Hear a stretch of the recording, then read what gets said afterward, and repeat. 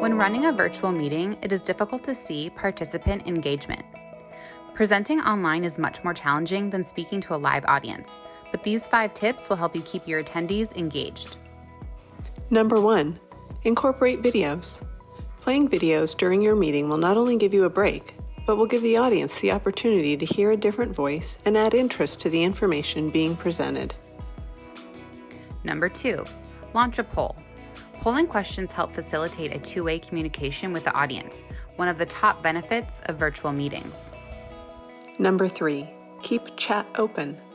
It may be distracting as a presenter, but chat allows attendees to communicate with each other to discuss the material as well as to ask and answer quick questions.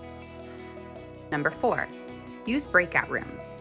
If you host a large meeting, breakout rooms are a great way to give everyone the opportunity to discuss the material without taking up too much time. Number 5, send a survey. Engagement doesn't stop when the meeting ends. Send a follow-up survey to thank attendees and gather feedback from the event.